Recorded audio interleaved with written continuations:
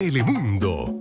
Alexander Capó Carrillo, en la década de los 2000, fue el prófugo más buscado por las autoridades estatales y federales. Su captura lo llevó a una convicción de 40 años de sentencia, librándolo de una muerte segura. Nos encontramos en Trujillo Alto, Puerto Rico, uno de los pueblos más nombrados para la década de los 90, ya que un narcotraficante llamado Alex Trujillo era uno de los más buscados. Hoy, Alex Capó, el evangelista, estará con nosotros cara a cara, diciéndonos la verdad. Nada más que la verdad. Es una serie.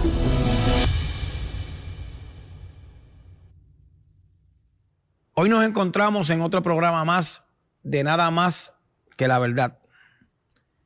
Hoy nos visita Alexander Capó Carrillo. Dios te bendiga, Alex. Dios te bendiga, un placer estar contigo hoy. ¿Prometes decir la verdad, nada más que la verdad? Sí, prometo decir la verdad. ¿Quién era Alex Capó Carrillo? ¿Y cuál fue su plataforma de crianza que le dieron en su hogar? Pues mira, la plataforma que me dieron en mi hogar, pues un hogar muy estable, con papá y mamá juntos. Una madre que era amorosa, muy atenta. Una madre que nos buscaba al colegio, que nos dieron esa formación en colegios cristianos, que nos enseñaron, ¿verdad?, a reconocer de que había un Dios. Y nos pusieron en colegios militares para tratar de que nosotros también aprendiéramos a tener disciplina. Creo que si me dices cuál es la etapa más linda que, ¿verdad?, después de estar en el camino del Señor, pues mi infancia fue una etapa, yo creo que muy hermosa. Bueno, la crianza de ellos, yo como papá, siempre se la di bien, traté siempre de buscarle lo mejor para ellos. Yo he dicho con todo respeto que yo era un esclavo, pero bien pago, pero era para mis hijos. O sea, Alex Capó Carrillo fue un niño que tuvo una buena crianza. Sí, yo me acuerdo que yo tuve hasta sexto, tuve 4 puntos. Era bien disciplinado en las materias de la escuela. Mi mamá pues me pagaba por yo lavar los baños, me pagaban $10 por lavar los baños, yo era el que la ayudaba. Siempre era un muchacho que siempre estaba en mi casa. Siempre estaba en mi casa, todo el mundo decía que, ¿verdad?, que yo era el mejor que me portaba. Y pues mi hermano pues trabajaba con mi papá, el otro siempre le gustaba estar en la calle y el que siempre le gustaba estar en la casa era yo. Si tuviste una buena crianza, ¿qué fue lo que comenzó a construir aquel monstruo llamado Alex Trujillo? Pues mira, una de las cosas que yo comencé a decir que yo iba a ser un narcotraficante fue cuando yo tenía como 10 años. Mi papá tuvo una relación fuera del matrimonio. Y pues esa persona con la cual mi papá había estado, pues su hermano bregaba en la calle. Y pues amenazaban a mi papá. Y yo me enteraba de esa amenaza y yo decía, cuando yo sea grande yo no voy a permitir que nadie amenazca a mi familia. Y entonces pues ahí pues comencé, ¿verdad?, a querer conocer ese mundo. Mi papá tenía un liquor store al frente a un residencial y pues comencé, ¿verdad?, a escoger malas amistades. Quizás yo tuve un poco la culpa porque yo yo lo que hacía era, yo era un buen proveedor. O sea, que hacía el que esté viendo este programa que esté más pendiente, porque en eso yo fallé en el sentido de que pues yo no iba a muchas graduaciones, no iba a la iglesia con ellos. Por lo joven, ¿verdad?, que yo era, pues no me la sabía toda, ¿sabes? Uno va adquiriendo experiencia con el tiempo. Y ahora el tiempo me ha enseñado, ¿verdad?, que otros que están viendo esta entrevista, que estén más pendientes a sus hijos, que no le pase lo que me pasó a mí. Alex Trujillo se apoderó de aquel Alex Capó Carrillo que fue criado en el temor de Dios. ¿Cuál fue el momento que dijiste, esto cambió? La muerte de mi hermano.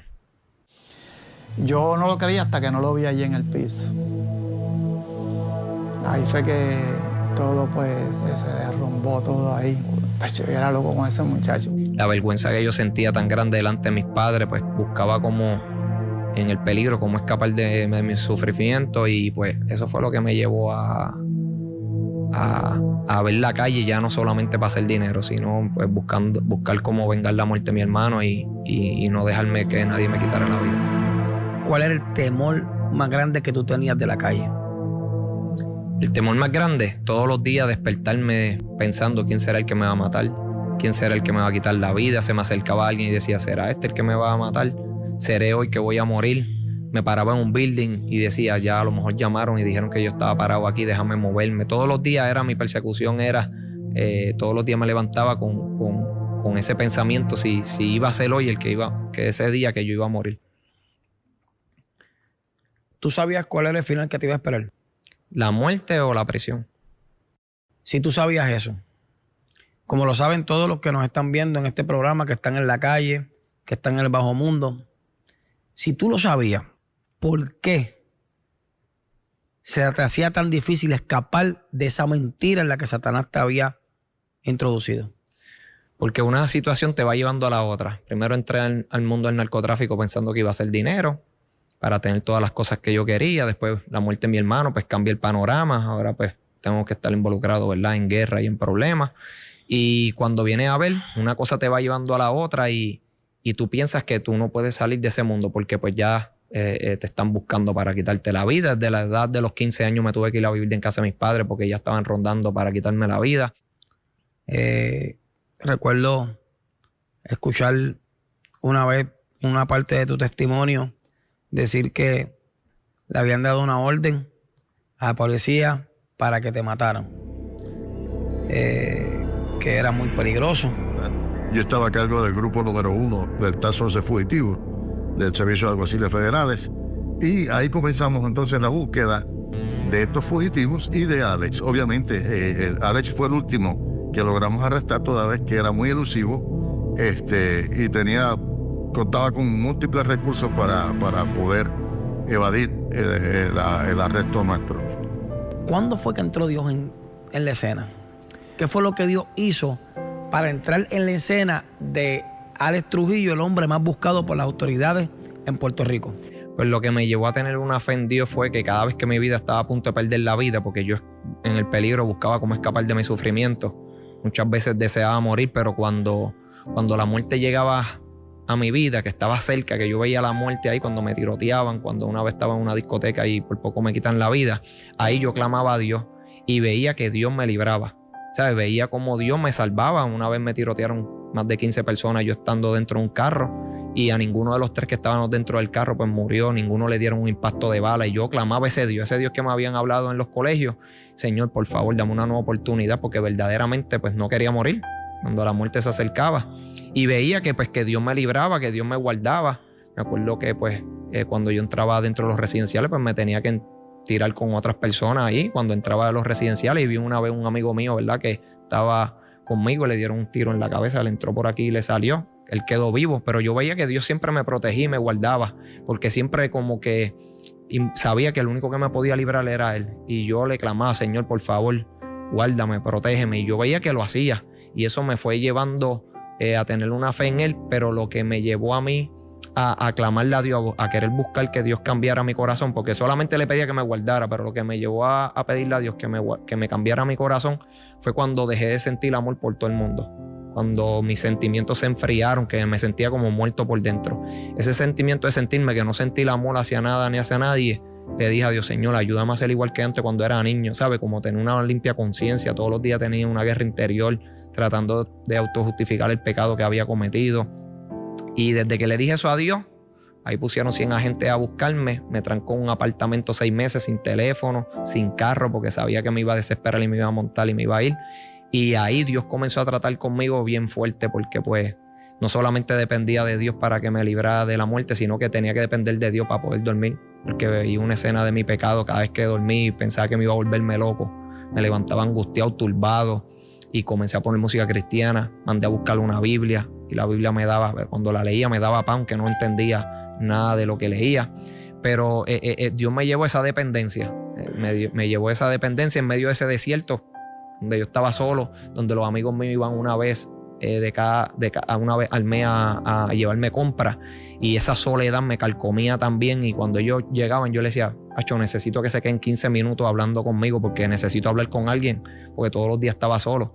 Pero en medio de esa soledad yo estaba quebrantándome, me estaba haciendo dependiente de él. Yo recuerdo que conocemos a Alex desde antes de servirle al Señor, éramos amigos. Yo recuerdo, ¿verdad?, haber tenido una escena contigo en la cual, pues, recuerdo que Alex, me llamó para arreglar, ¿verdad?, un problema que había entre dos bandos en Puerto Rico, uno el bando de él y otro bando de otras personas, ¿verdad?, que para aquel tiempo, pues, al igual que Alex, pues, controlaban la calle. Y yo recuerdo que yo llegué donde Alex, nunca se me va a olvidar ese suceso.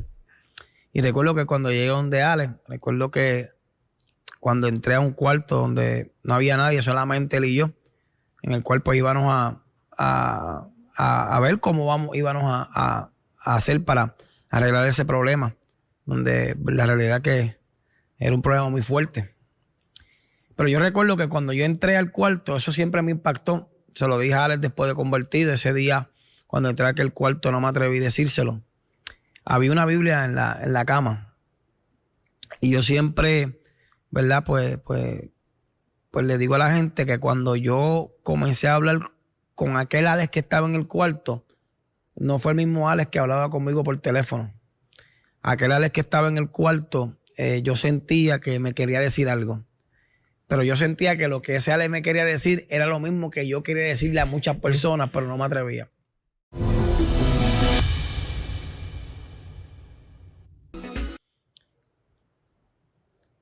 ¿Qué pasaba por tu mente?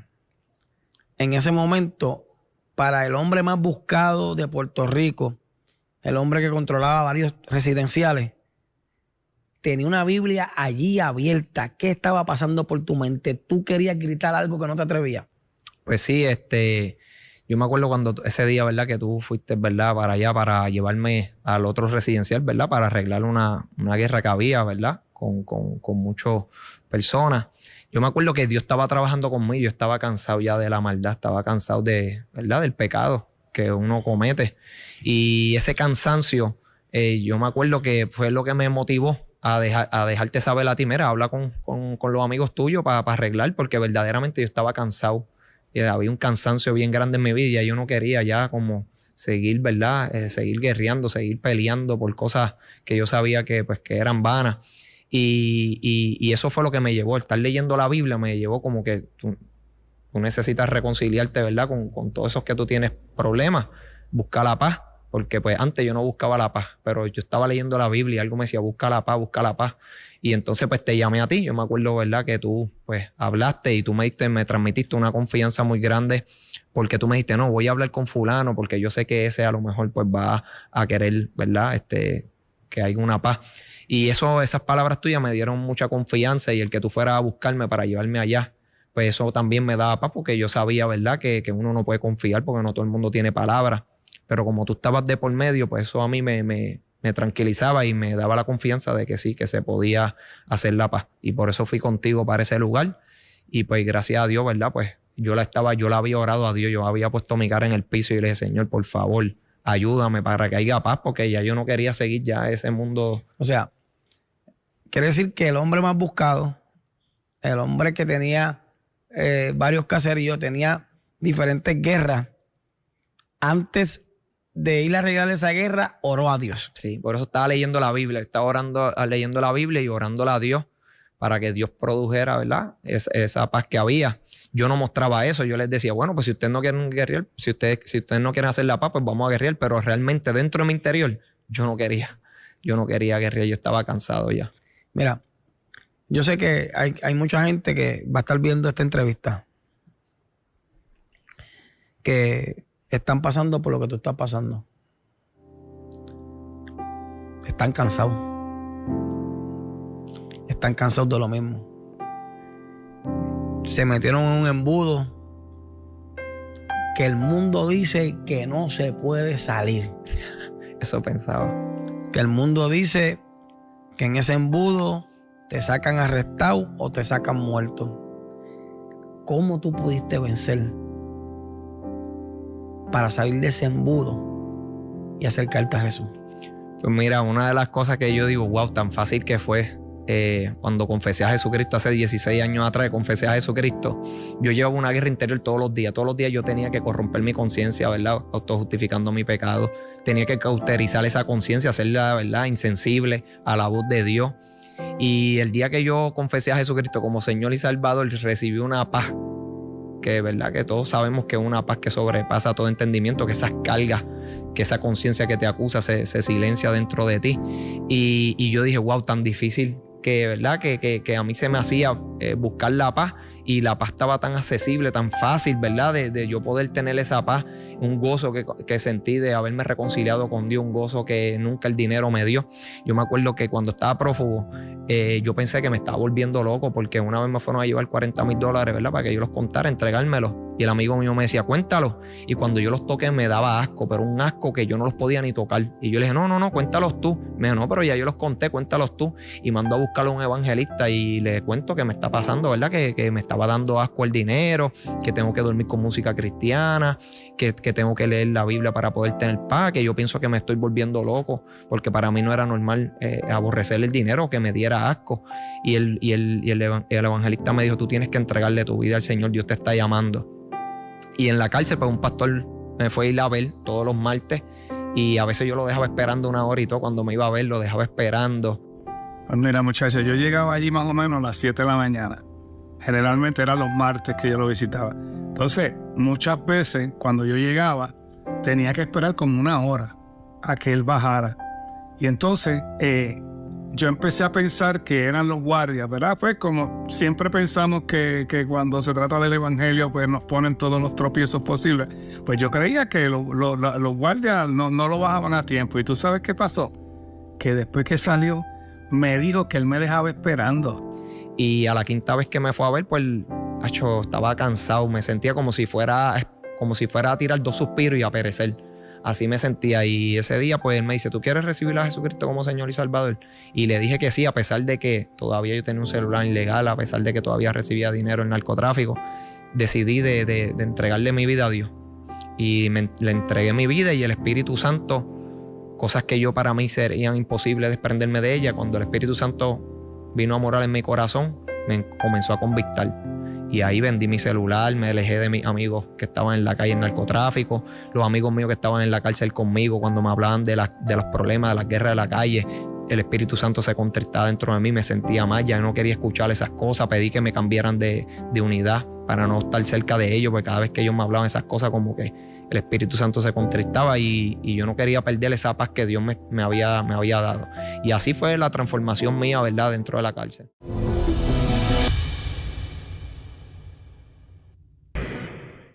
Una paz que no encontraste en el dinero, no encontraste en el poder, no encontraste en el jangueo.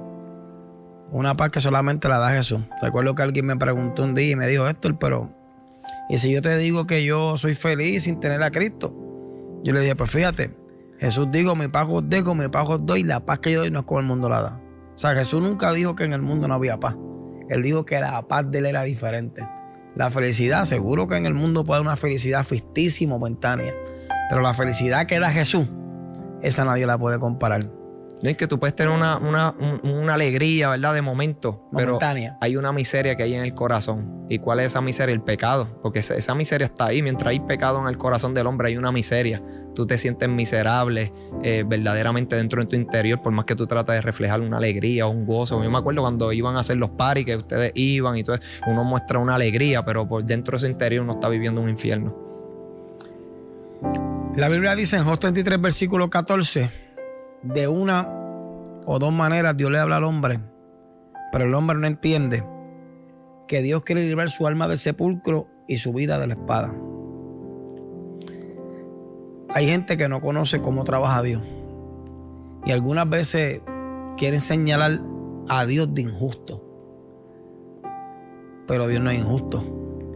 ¿Cuántas veces Dios te habló que tú reconoces ahora que si te hubieran matado no ibas a tener excusa porque Dios te habló? Muchas veces yo me acuerdo que siempre en los caseríos, por lo menos en Residencial Covadonga, todos los días en una plazoleta iba alguien a predicar. Ahí hay distintas plazoletas y todos los días en distintas plazoletas iba un predicador a predicar y llamaba a la gente por los nombres.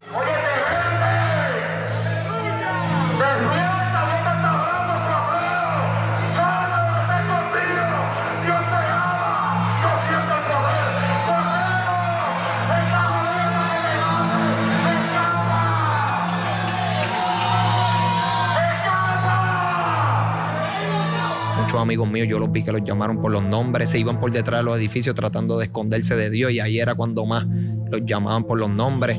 Y ellos pues solamente a lo mejor pedían una oración, pero no le entregaban su vida al Señor. Y así mismo como Dios había dado el llamado, así mismo, ¿verdad?, a la semana los mataban. Yo sé que tu familia para ti es muy importante. Pero quiero hacerte una pregunta. Una pregunta que puede abrir los ojos a muchas personas que nos están viendo y a muchos jóvenes que van a ver esta entrevista. ¿Algún día tú pensaste en las consecuencias que tus actos le iban a traer a tu familia? Nunca. Yo pensé entrar en el mundo del narcotráfico para tener todo. Yo me acuerdo, tenía 14 años cuando comencé a operar el punto de droga. A los 16 años me había comprado todas las cosas que yo quería. Pero nunca yo visualicé que mi papá pues le iban a tirotear el negocio con él adentro. Nunca visualicé que se lo iban a quemar. Ese día yo vi a mi papá llorando porque todo lo que él había forjado durante 25 años se fumó. Ellos primero empezaron pues a tirotearme el negocio con yo adentro, después me le pegaron fuego, después me tirotearon la casa. La casa de mis padres la tirotearon con más de 200 impactos de bala. Mi hermano pequeño lo confundieron conmigo y le dieron unos tiros en la pierna. La guagua de mi mamá una vez estaba parqueada en un lugar y se la tirotearon. Bueno, nunca pensé que mi papá iba a estar preso. Lo metieron dentro del indictment, ¿verdad? Cuando comenzaron a buscarme a mí. Mi papá nunca bregó con el narcotráfico. Mi papá tuvo que hacer 4 años y 3 meses dentro de una cárcel, estar 3 meses en un hueco, después convivir con los que eran enemigos míos en la cárcel. Yo inclusive cuando yo estaba en el hoyo, que es una cosa bien horrible, los que eran más guapos que yo o que tenían nombre, yo los veía allí llorando y yo con una paz y una tranquilidad. Pero ¿cómo? Y la me dice, pero ¿cómo tú puedes estar tranquilo? Acabas de perder el negocio, el hijo tuyo lo están buscando, acabas de perder tu hijo. Y yo no sé si era que Dios me estaba fortaleciendo y ahora entiendo que sí.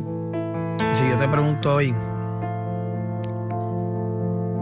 ¿cuál es la consecuencia más fuerte que pagó tu familia por tu vida en el narcotráfico? La pérdida de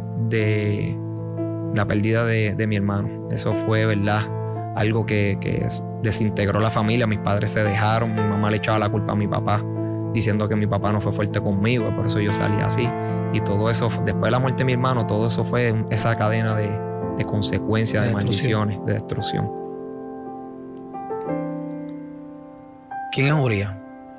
Pues Urías, ¿verdad?, fue la persona que acusaron por la muerte de mi hermano. Es la persona, ¿verdad?, que lo pusieron, ¿verdad?, que fue la persona que disparó, que le dio los 8 disparos a mi hermano. Y pues ahora mismo pues Urías es mi amigo. Tuve la oportunidad de ir a la cárcel donde él estaba. Dios me llevó a esa cárcel, yo no pedí para allá y Dios, esa muerte de mi hermano fue lo que me transformó en Alex Trujillo.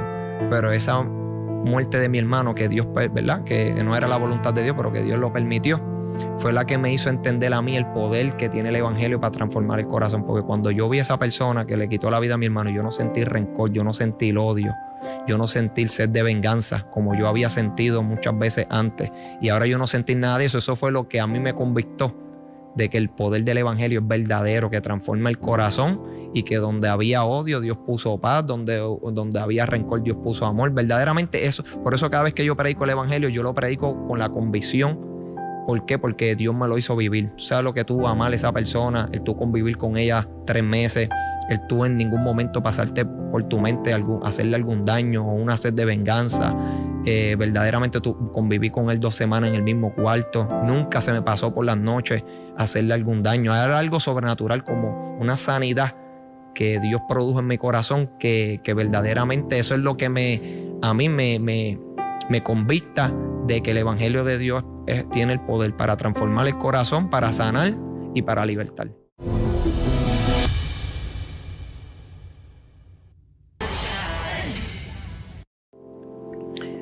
Si algo hoy el mundo está pagando las consecuencias, es de la falta de perdón. Yo creo que una de los artífices de todo lo que está ocurriendo en el mundo es la falta de perdón. Ale, yo como pastor puedo entender lo que tú me acabas de transmitir, porque yo conozco el perdón de Dios. Pero hay gente que quizás no conocen ese perdón. ¿Cuándo fue que tú te diste cuenta que tú en realidad perdonaste a la persona que asesinó a tu hermano? Cuando la tuve de frente, cuando no sentí ese rencor, porque antes pues la naturaleza que yo conocía mía, ¿verdad?, que tuve de juventud, era una naturaleza que corría hacia el mal, no importando ver las consecuencias. Y ahora pues yo ver esa persona que le quitó la vida a mi hermano, que muchas veces añoré hacerle un daño, y yo no sentir rencor, no sentir odio, para mí eso era algo sobrenatural, era como vivir en un éxtasis, algo que tú dices, wow, esto no es realidad. Yo todavía pienso y digo, wow, esto es un milagro, porque hasta el día de hoy tengo una amistad con él. Cuando yo hablo con él, el corazón se me llena de alegría. No solamente me pasa a mí, a él también. Y verdaderamente, pues ahora yo digo que es mi hermano, ¿verdad? Una vez cuando yo lo miré, estando en la cárcel con él, lo miré y ante los ojos de Dios vi el rostro de mi hermano. O sea, Dios me estaba mostrando, tú tienes que verlo como tu hermano.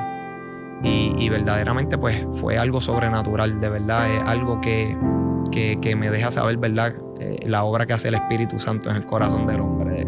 Solamente el Espíritu Santo es el único que puede, ¿verdad?, mostrarle ese fruto de perdón, de amor. Y pues muchas personas no pueden perdonar porque todavía, ¿verdad?, no han recibido ese perdón de Dios. Y ese perdón de Dios fue el que me transformó. Cuando Dios me dijo en un sueño, las cosas pasan y son hechas nuevas, yo sabía que Dios me había perdonado, porque yo le decía a Dios, Señor, déjame saber si tú realmente me has perdonado de todos mis pecados. Y ese perdón que Dios me ofreció a través del Evangelio y me lo confirmó a través de esa revelación, fue lo que me llevó a mí al desear, ¿verdad?, poder perdonar a otros. Porque así como Dios me perdonó mi deuda que yo tenía contra Él, pues yo también tenía que perdonar, pero tuve que abrirle mi corazón a Dios. Porque en un sueño Dios me mostró muchos enemigos míos, y cuando yo los veo, yo cojo un casco de motor y comienzo a darle, siendo cristiano. Y ahí reconocí que Dios me estaba mostrando todo el rencor que yo todavía había en mi corazón, a pesar de que Él me había dicho que me había perdonado. Y yo me arrodillé y comencé a confesarle a Dios, verdad, Señor, yo tengo rencor con aquel que le quitó la vida a mi hermano, tengo rencor con aquel que le quemó el negocio a mi papá, tengo rencor con aquel que mató a un amigo mío. Y comencé, y mientras yo iba confesando esa raíz de amargura ante los ojos de Dios, yo sentí como me metían la mano a sangre fría dentro de mi corazón y me arrancaban algo que me dolía y me ardía. Y el dolor era tan grande que yo sentía como si me fuera a morir. Y yo seguía confesando y seguía confesando, y de momento eso se desprendió dentro de mí. Y ese día el Señor sanó mi corazón, porque yo tenía una enfermedad de taticardia. El corazón mío se aceleraba bien rápido, las orejas se me ponían rojas, los párpados se me ponían violetas. Eso me pasaba periódicamente. Estando prófugo, fui a un hospital de madrugada, me pusieron parcho, me dijeron que estaba bien, me sacaron 5 tubos de sangre, me dijeron que todo estaba bien. Y eso que había enfermado, ¿verdad?, mi corazón, y había enfermado, ¿verdad?, mi cuerpo, esa enfermedad de taticardia, había sido rencor, porque después que yo le entregué a Dios esas raíces de amargura, siendo cristiano, había dado muchos pasos de fe, me había alejado del narcotráfico, pero todavía eso yo no se lo había entregado a Dios. Y cuando le entregué esas raíces de amargura a Dios, Dios me sanó de esa enfermedad de taticardia que me daba periódicamente, que cuando me daba, el corazón se bajaba tan bajito que yo pensaba que me iba a morir. Después que se iba bien acelerado, de momento bajaba bien bajito. Y a veces yo tenía que estar un día durmiendo. O sea, yo vivía un tormento, todavía siendo cristiano vivía en ese tormento. Hasta que confesé esa raíz de amargura y Dios me libertó. Yo sé que nosotros, los cristianos, y mayormente nosotros, ¿verdad?, que venimos de mundos oscuros, muchas veces la gente no cree en nuestro cambio. Pero la gente no entiende que nosotros mismos luchamos con una acusación de Satanás que nos quiere hacer entender que nosotros no hemos cambiado y que nunca vamos a cambiar. ¿Cuándo fue que tú dijiste, Alex cambió? Ese día que conocí el que le quitó la vida a mi hermano. Yo estaba viendo transformación de Dios. Cuando hablaba palabras malas, el Espíritu Santo se contristaba dentro de mí, me sentía mal. Cuando ponía música cristiana, de momento lo cambiaba a reggaetón, el Espíritu Santo volvía y se contristaba y sentía como que perdí esa paz que Dios me daba y lo tenía que poner la música cristiana. Yo estaba viendo pasos, una transformación, pero lo que me convictó a mí de que Dios me había transformado el corazón fue cuando Dios me puso de frente el que le había quitado la vida a mi hermano.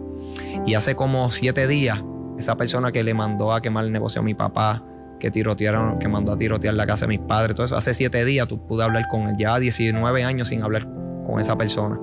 Y pude hablar con él, me pidió perdón. Yo también le pedí perdón porque yo traté muchas veces de hacerle daño. O sea, tú me quieres decir a mí que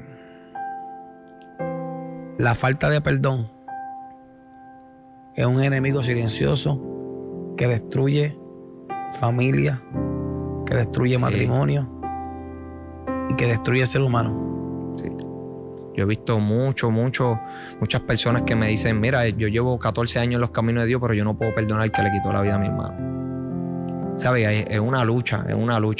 Pero si nosotros pudiéramos mirar la deuda que Dios nos perdonó, cuando uno sabe la deuda que uno tenía con Dios y lo que Dios estuvo dispuesto para perdonarlo, para que nosotros pudiéramos tener un nuevo comienzo, para que nosotros pudiéramos reconciliarnos con Él, para que nosotros pudiéramos, ¿verdad?, salir de esas ataduras de maldición en nuestras vidas, pues verdaderamente tú te das de cuenta que, chacho, si Dios me perdonó, la naturaleza de Dios es el perdón, porque a través del perdón es que se fundamenta esa relación con Él.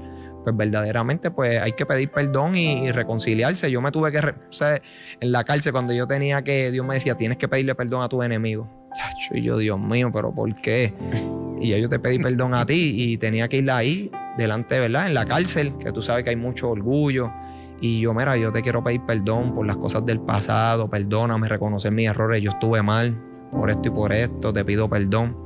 Y eso Dios me enseñó a humillarme, pero cada vez que yo pedía perdón me sentía como libre, como que si se desprendiera una carga de mí. Y ya, pues a mí no me afecta pedir perdón. Pues si yo tengo que pedir perdón, lo pido. Mira, le hice una carta pidiéndole perdón al pueblo de Puerto Rico, que lo pusieron en el periódico. Y verdaderamente, pues, una de las razones, ¿verdad?, que uno también, para que otros puedan perdonar, es pedir perdón. Yo me acuerdo cuando me reconcilié con el que le quitó la vida a mi hermano. Él me decía que él había vivido con mucho rencor con los mismos amigos de él que lo habían delatado por la muerte de mi hermano. Y desde que nosotros nos perdonamos y desde que yo también le pedí perdón ¿verdad?, por haber tratado de hacerle daño, que él me decía que ya no sentía ese rencor contra esas personas.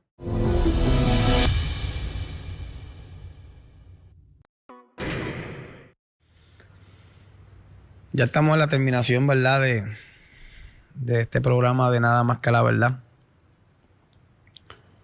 Yo conocí a una persona que era muy importante en tu vida.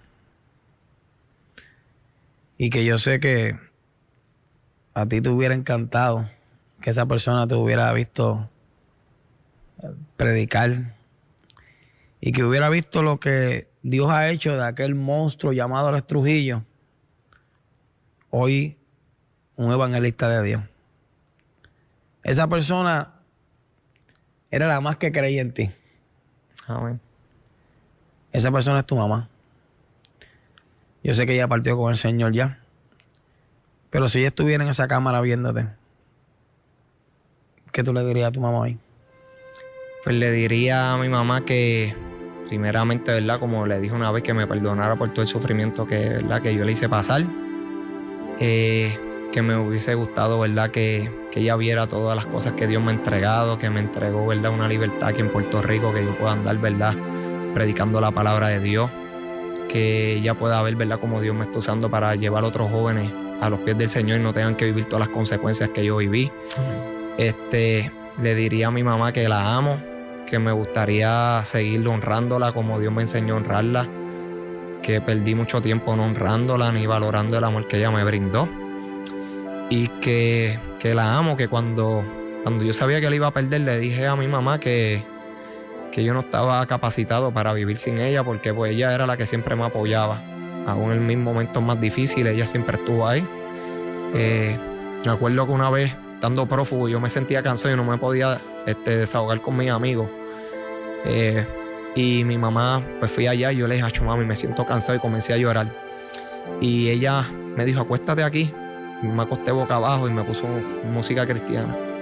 Y ella se fue y yo seguí escuchando la música cristiana, y de momento yo siento que algo dentro de mí hizo y por eso yo pues ponía música cristiana cada vez que me encontraba en tormento, y que pues que la amo mucho, que me desearía, ¿verdad?, que viera que voy a tener un hijo, que voy a ser papá, y que me viera, ¿verdad?, realizado en lo que ella muchas veces